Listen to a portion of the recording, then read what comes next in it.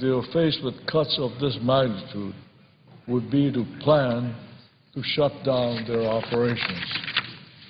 And I can't think of a single member of this chamber responsibly voting for this amendment.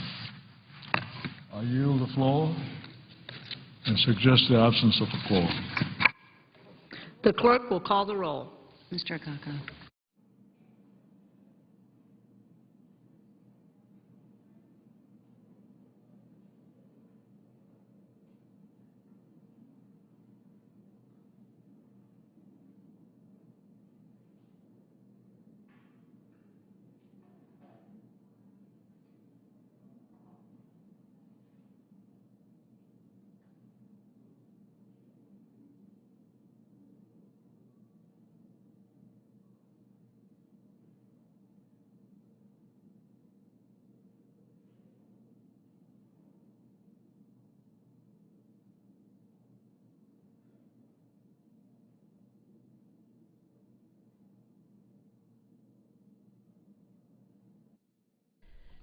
A couple of amendments to the Small Business Research Bill were approved by the Senate this morning, one supporting a 5% cut in the Senate budget, and another eliminating the federal charter for the National Veterans Business Development Corporation. More amendment debate is expected tomorrow. Funding for the federal government runs out on Friday. The Senate is expected to consider a 3-week extension, which the House has already approved. It would be the 6th temporary spending bill this budget year. Congressional Quarterly reports that the Navy's top civilian leader, Navy Secretary Ray Mabus, warned today that delays in providing the full fiscal year 2011 funding could devastate shipbuilding accounts and create a $600 million shortfall in the Navy. That warning came at a hearing before the Senate Appropriations Defense Subcommittee today.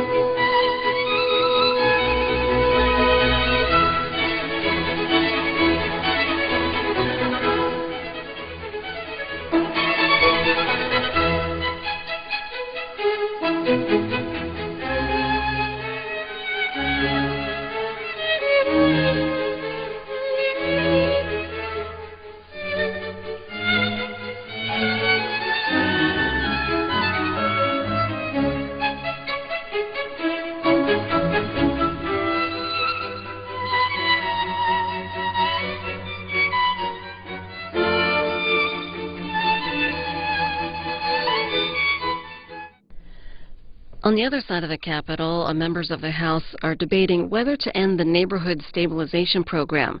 It provides funds to local governments to buy and redevelop foreclosed and abandoned homes. A final vote on that is expected later today. The Associated Press writing that former U.S. Senate contender Sharon Angle is making another run for Congress. The Republican announced in a YouTube video today that she'll run for one of Nevada's 4 U.S. House seats in 2012 to, quote, stop the liberal agenda. Angle lost a Senate bid to Senator Harry Reid in November.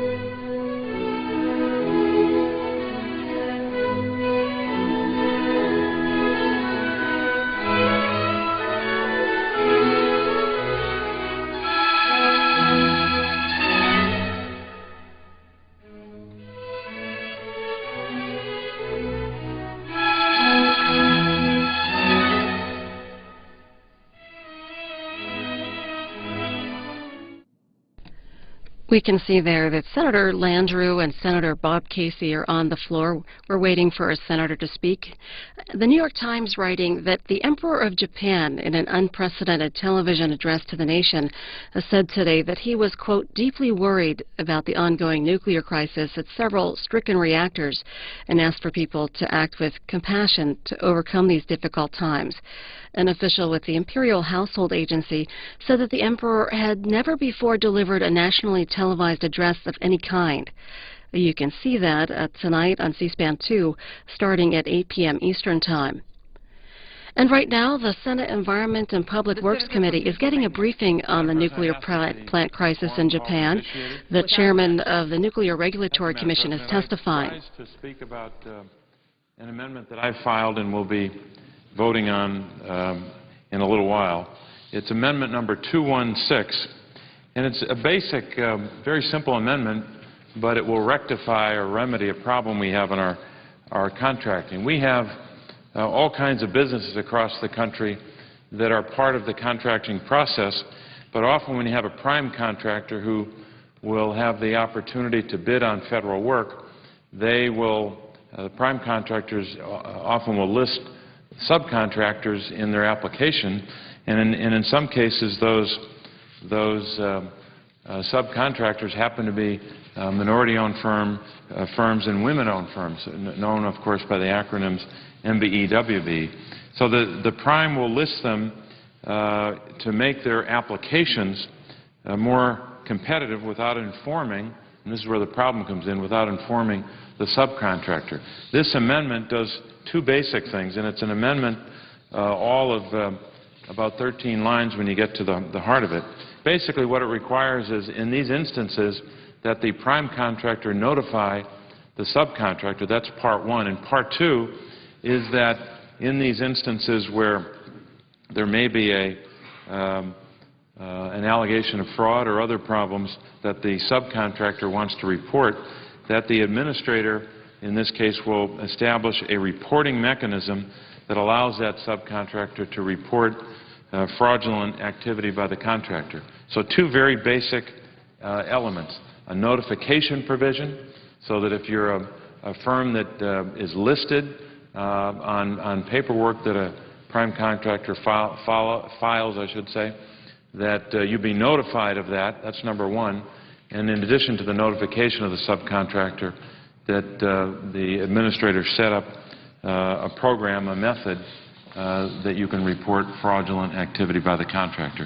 It is that simple, and at a time when we're trying to create jobs and support small businesses across the Commonwealth of Pennsylvania and across the country, I think it's a very basic change that needs to be made. So I want to commend the work that Chairman Landrieu has done on this bill and her leadership, but in particular her support for this amendment.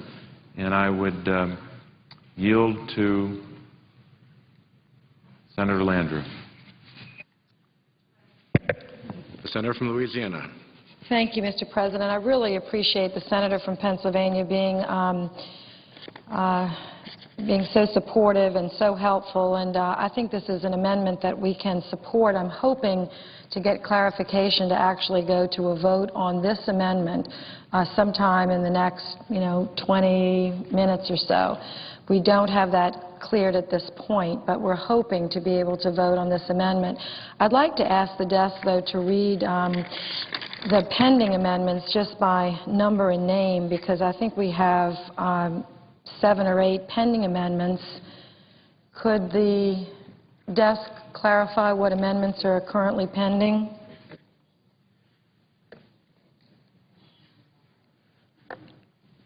The pending amendments are number 183, McConnell Amendment, number 178, Vitter Amendment, number 161, Inhofe Amendment for Senator Johans, number 183, that appears to be here twice, again, the McConnell Amendment, number 216, Landrieu Amendment for Casey, number 186, Cornyn Amendment, number 199, Paul Amendment, number 207, Sanders Amendment, number 197, Hutchinson Amendment, number 184, Coburn Amendment, and finally number 229, the Pryor Amendment.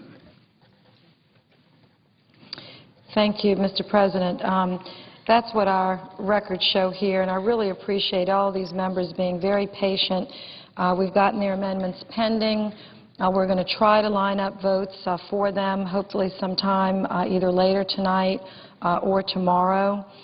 We also have a few other members that have said they would like to have their amendments considered. I would simply ask if they could come down to the floor tonight would be a good time, because we've had a very good, open, encompassing debate on a variety of different issues, and of course the underwriting bill before us is the reauthorization of the SBIR and STTR program that has been operating on very short-term, very ineffectual authorizations that really don't allow this program to have the benefit for taxpayers that they deserve. And so we've struggled now for 6 years, 3 Congresses. It's time to get this done.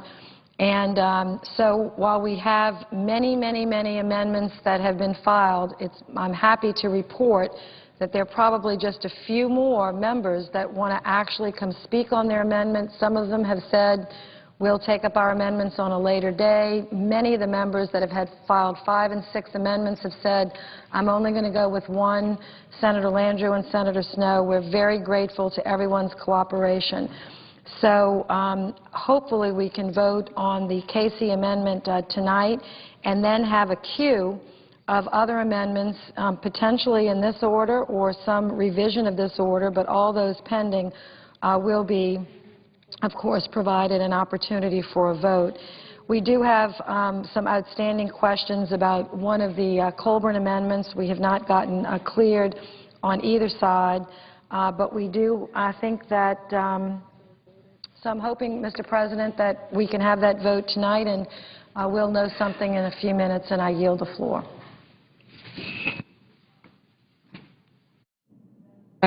The absence of a quorum. The clerk will call the roll. Mr. Akaka.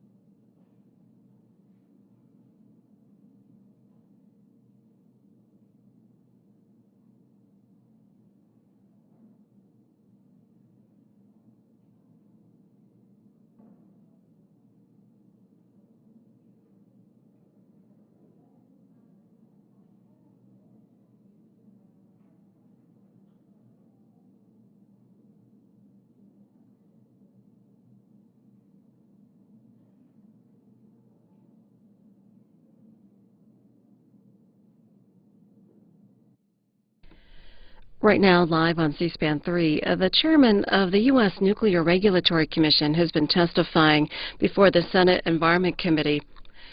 New York Times writing that the chairman of the Regulatory Commission gave a significantly bleaker appraisal of the threat posed by Japan's nuclear crisis than the Japanese government, saying that the damage at one crippled reactor was much more serious than Japanese officials had acknowledged, and advising Americans to evacuate a wider area around the plant than established by Japan. The announcement marked a new and ominous chapter in the 5-day-long effort by Japanese engineers to bring 4 side-by-side reactors under control after their cooling systems were knocked out by the earthquake and tsunami last Friday. That's from the New York Times. And again, you can see that hearing live right now on C-SPAN 3.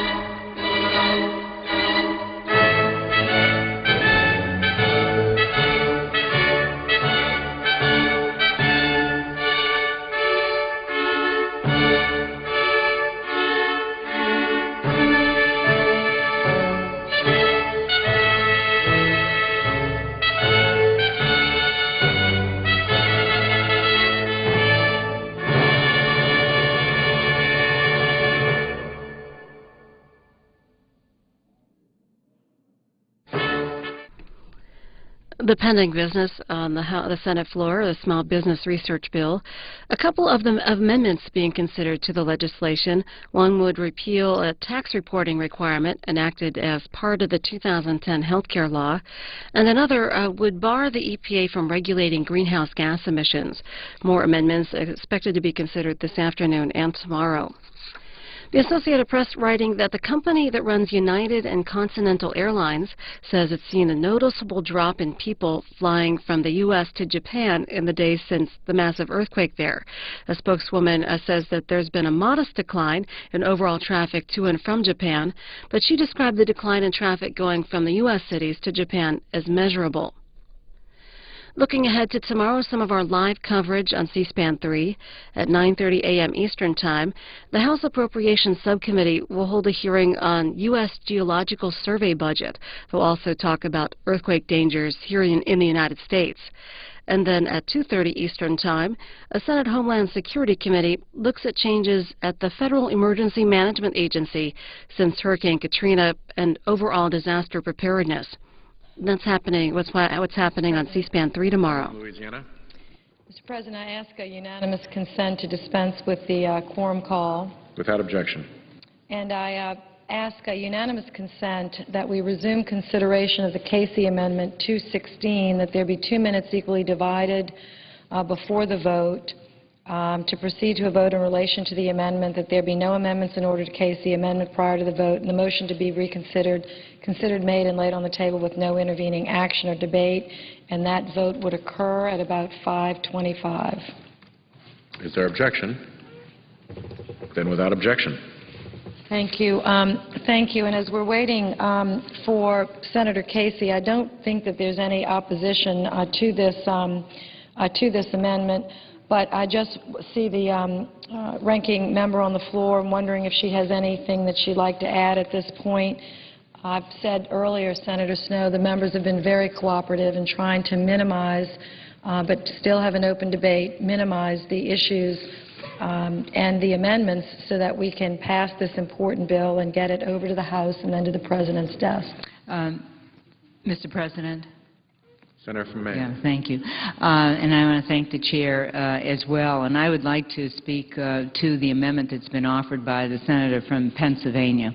because I think it is a critical amendment for the contracting process, as the Chair well understands, because I know the Chair has called many meetings on the contracting process, and over the years, we've attempted to rectify and mitigate many of the problems that have arisen during the course of contracting to make sure that there is access for small business in the federal agencies. And I've heard, and as I know the Chair has as well, from countless small businesses who feel abused by large prime contractors during the procurement process. When preparing for government bids, oftentimes large prime contractors do not fulfill their obligations to use the small business as outlined in the subcontracting plan. So they identify the small businesses in their overall plan that they submit to the government. They win the contract, and then they turn around and don't use the small businesses that they have identified, in their bid that they have submitted to the federal government and that they've won. So I want to congratulate the Senator from Pennsylvania for identifying, I think, an important way to make sure that small businesses are not left out of this process, because by law they're required to be, once they have been identified and used in a large prime contractor's plan, they are required to use that small business. But unfortunately, if the small business is not notified that the large prime contractor has won that bid from the federal agency, they have no way, of pursuing a process by which they make sure that they are part of that overall bid. So I think it is very important that small businesses have access to the procurement process. And when large prime contractors are including small businesses, we have to make sure that they notify the small businesses of their intent to use them in the bid process, and to make sure that they're aware that they have won the contract as well. This becomes paramount because small businesses have the opportunity to contract with federal agencies because the federal government is the largest purchasers of goods and services in the world, spending more than $500 billion in fiscal year 2000 alone. And for small firms that are struggling to stay afloat, maintain their workforce, federal contracting can be instrumental part of a larger strategy for broadening their customer base and creating jobs. So it's a common sense amendment that protects small businesses from abuses during the federal procurement process. And also, I think the reporting mechanism that's created by the Senator's amendment will allow small businesses to report fraudulent activity with respect to subcontracting plans. These small business protections will benefit small contracting firms without adding an undue burden to the government's acquisition workforce. So I think it's an amendment that is totally, is not only practical, but critical to making sure that small business has fair access and opportunities for procurement within the federal agencies, and more to curb the abuses that have occurred with large prime contractors, who either, disguise themselves as small businesses and go through the contracting process, or use small businesses in their bid, but never notify the small businesses of their intent to use them, and therefore the small businesses have no opportunity to pursue the legal process or due process to make sure that they can report these abuses. So, Mr. President, I would urge support of the Casey amendment. President? Senator from Pennsylvania. Mr. President, I already spoke earlier on the amendment, actually twice today, so I won't reiterate those points. But I do want to thank and commend the work done by Senator Landrieu and Senator Snowe, the senator from Maine, and the way they've worked together in a bipartisan manner to move this bill forward, but in particular to help us pass this amendment. We're looking forward to the vote. I just want to thank them for their help. How much time remaining before the vote? 45 seconds. Then let me use the 45 seconds to ask unanimous consent that I be added as a co-sponsor to the Casey amendment. Without objection.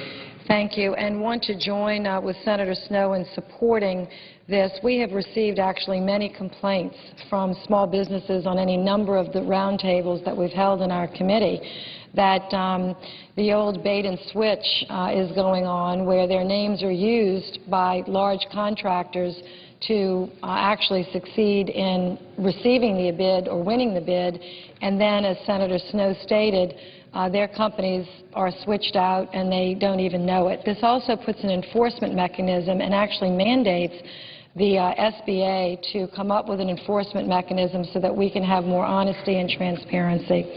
I think it's time, and I yield the floor.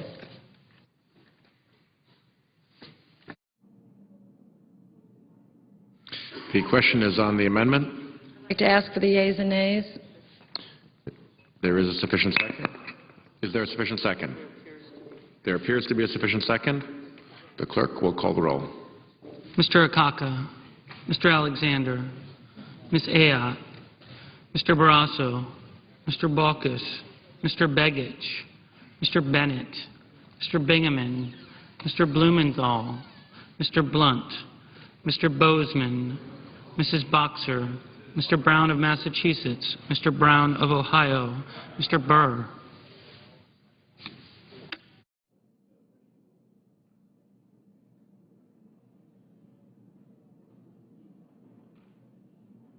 Ms. Cantwell.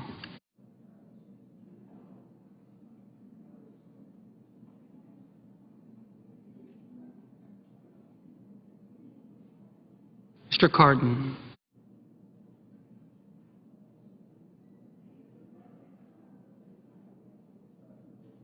Mr. Carper.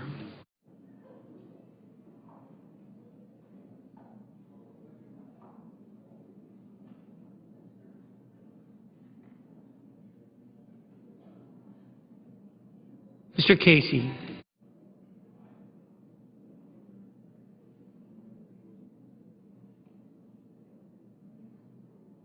Mr. Chambliss.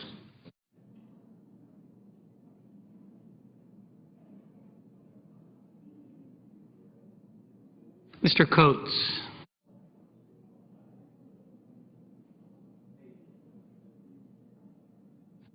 Mr. Coburn.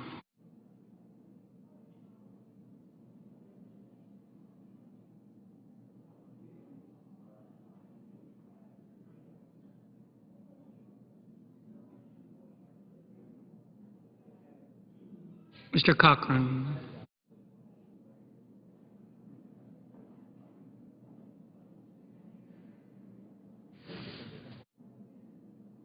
Ms. Collins.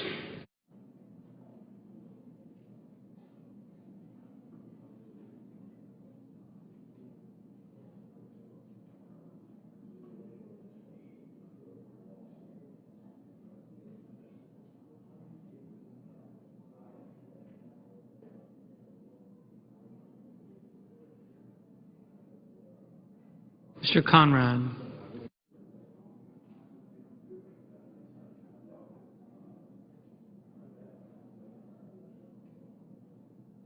Mr. Coons.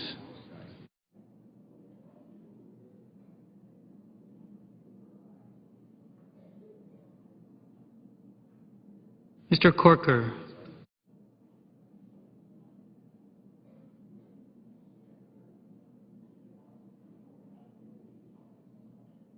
Mr. Cornyn.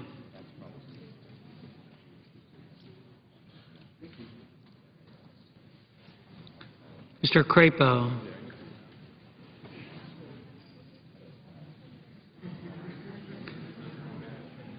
Mr. DeMint.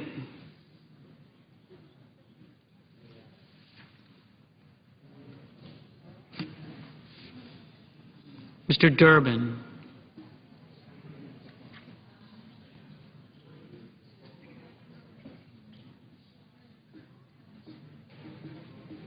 Mr. Ensign.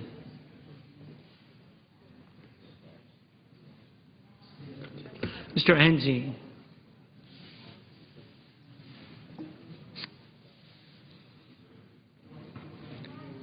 Mrs. Feinstein.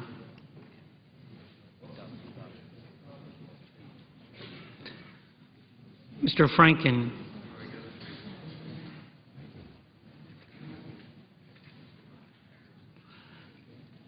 Mrs. Gillibrand.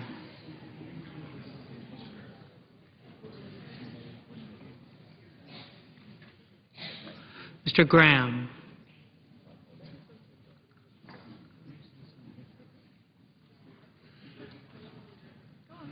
Mr. Grassley,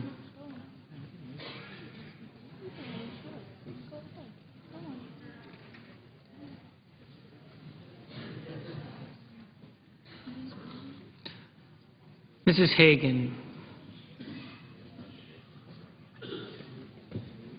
Mr. Harkin,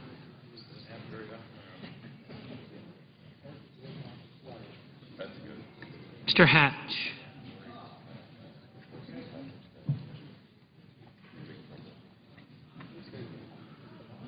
Mr. Hovind,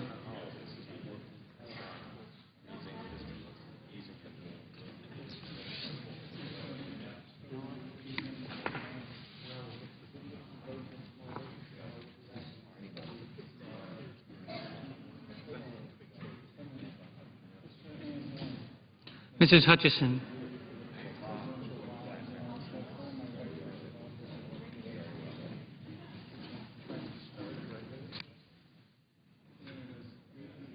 Mr. Inhofe, Being summoned by the President, excuse me. Mr. Inouye,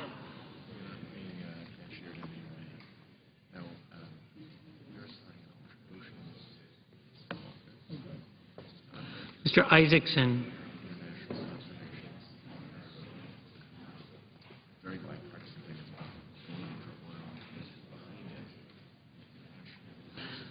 Mr. Johans,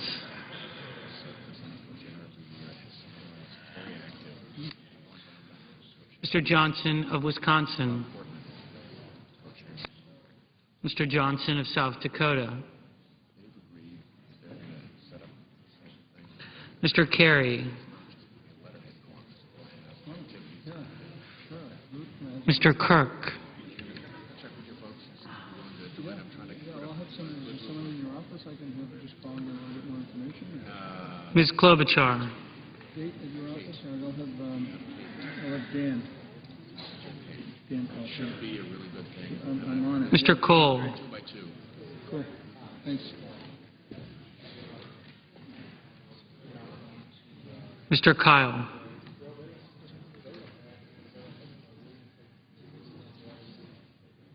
Ms. Landrieu,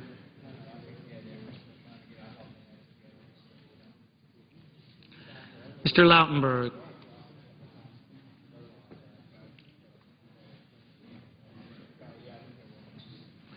Mr. Leahy, Mr. Lee, Mr. Levin,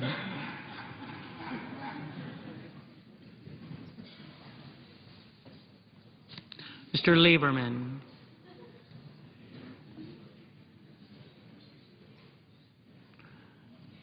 Mr. Lugar,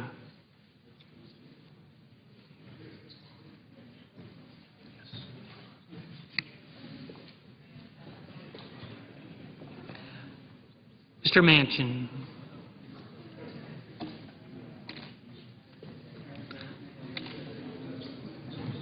Mr. McCain,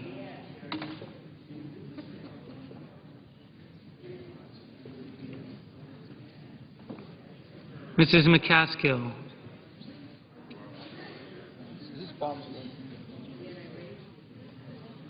Mr. McConnell,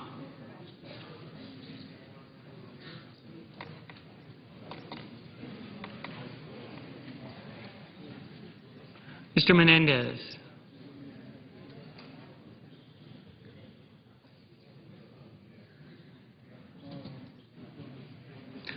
Mr. Merkley,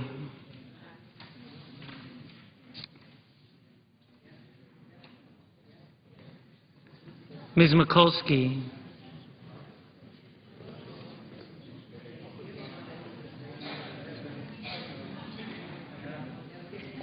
Mr. Moran,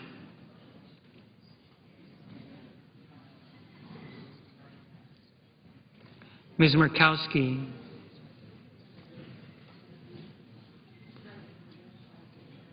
Mrs. Murray,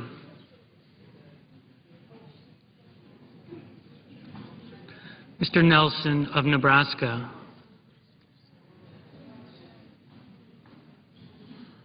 Mr. Nelson of Florida, Mr. Paul.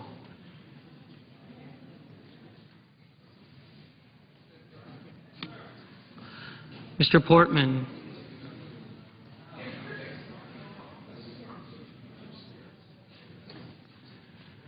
Mr. Pryor.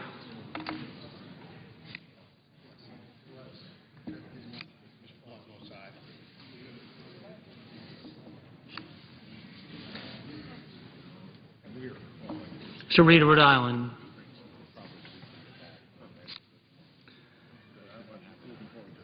Mr. Reed of Nevada.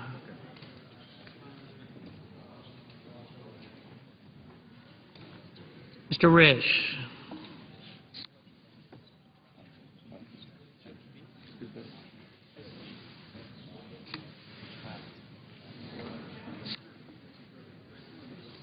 Mr. Roberts.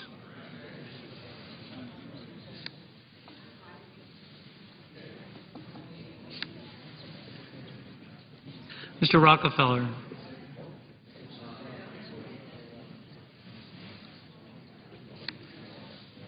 Mr. Rubio.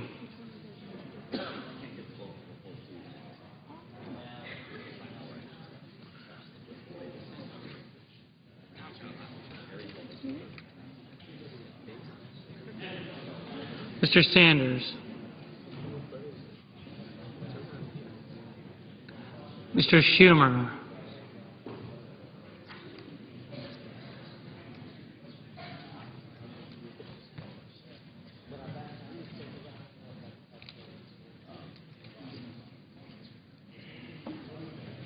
Mr. Sessions.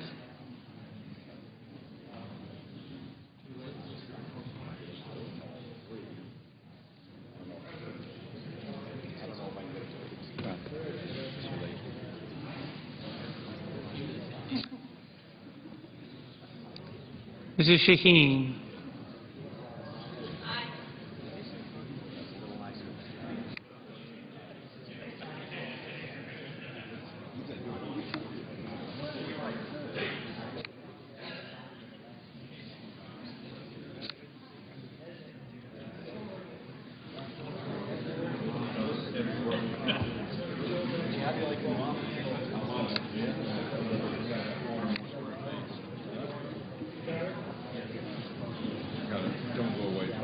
Mr. Shelby.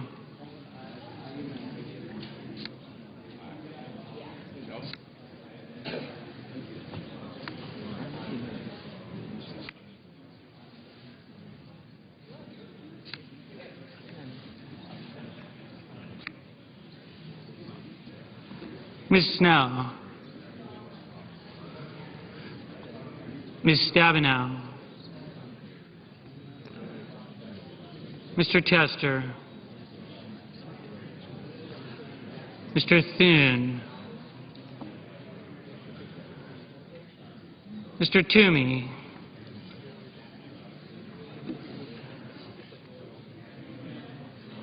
Mr. Udall of Colorado. Mr. Udall of New Mexico. Mr. Vitter.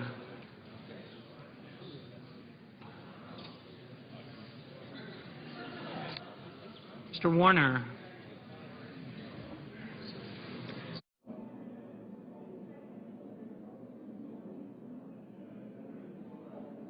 Mr. Webb.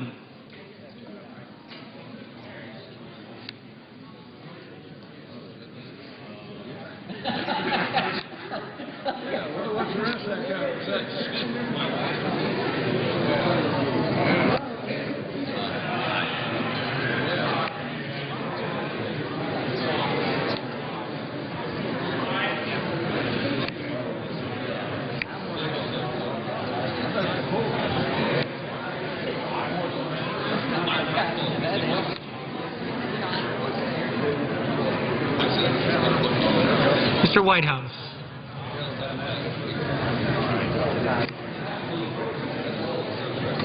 Mr. Wicker.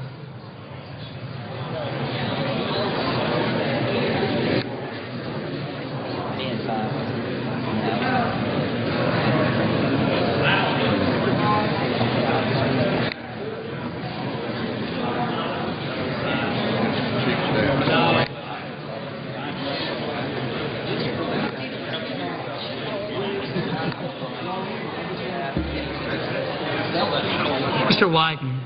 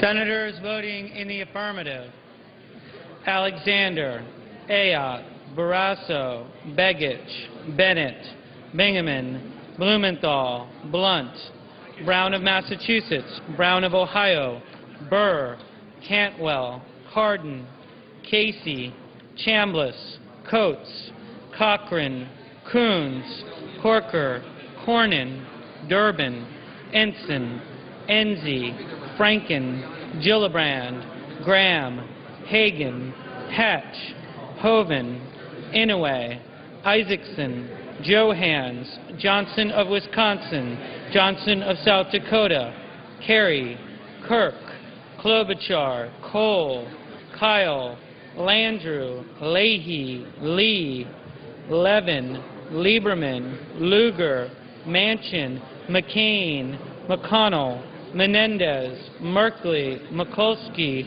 Moran, Murray, Hall, Portman, Pryor, Reed of Rhode Island, Reed of Nevada, Roberts, Rubio, Sanders, Schumer, Sessions, Shaheen, Shelby, Snow, Stabenow, Tester, Toomey, Udall of New Mexico, Vitter, Warner, Webb, Whitehouse, Wicker, Wyden. Mr. Conrad, aye. Mr. Nelson of Nebraska, Mr. Nelson of Nebraska, aye. Ms. Collins, aye. Mr. Crapo, aye. Mr. Bozeman, aye. Mr. Akaka, aye. Mrs. Feinstein, aye.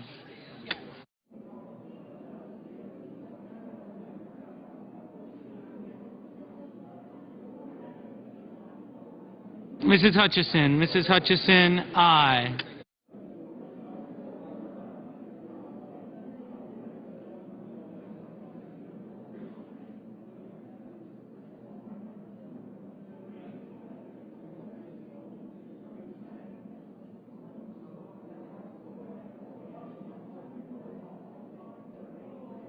Mrs.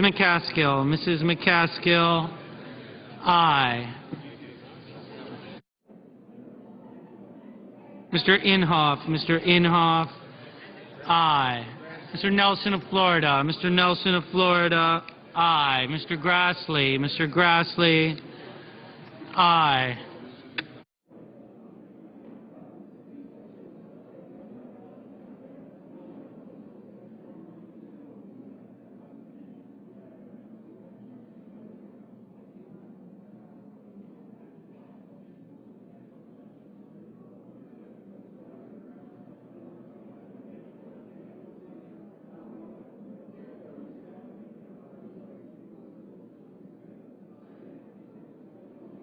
Mr.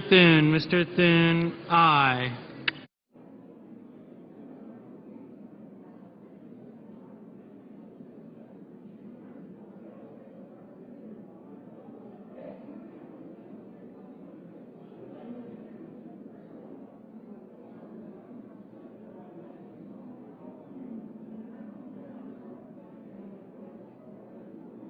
Mr. Risch. Mr. Risch, aye.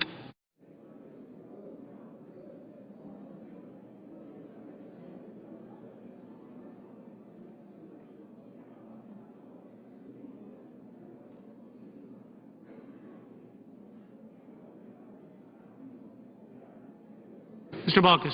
Mr. Baucus, aye.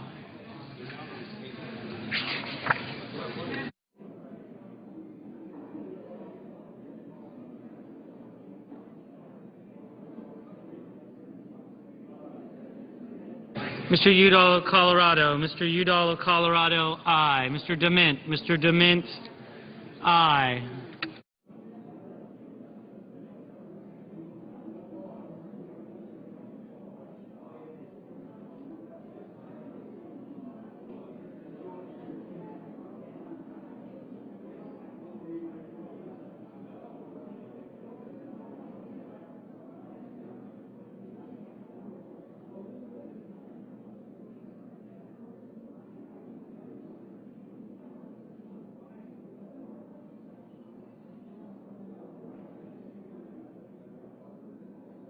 Mr. Harkin.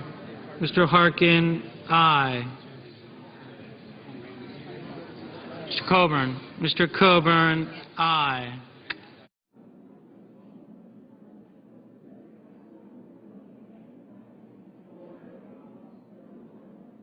Mr. Lautenberg. Mr. Lautenberg, aye.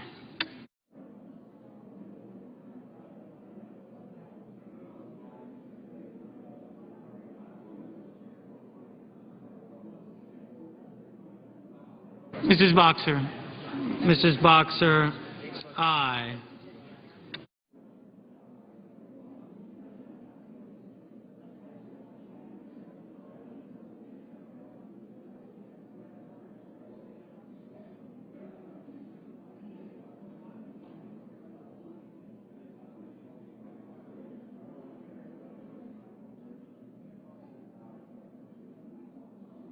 Mr. Carper.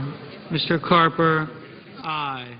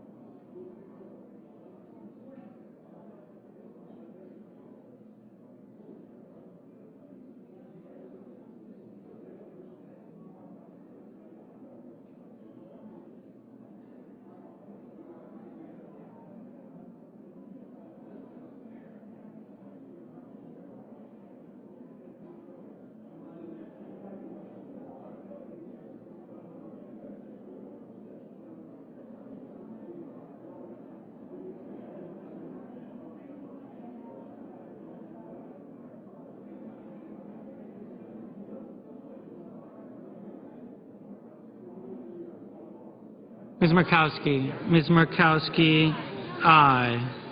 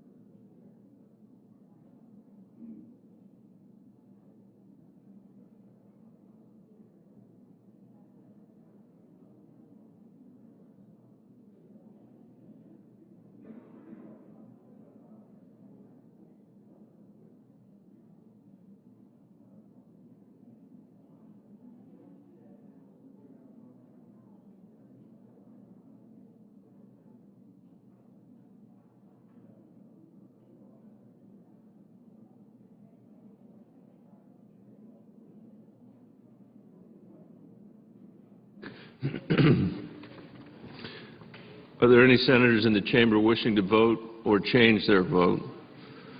If not, on this vote, the ayes are 99, the nays are 0. The amendment is agreed to. Mr. President. Senator from Montana.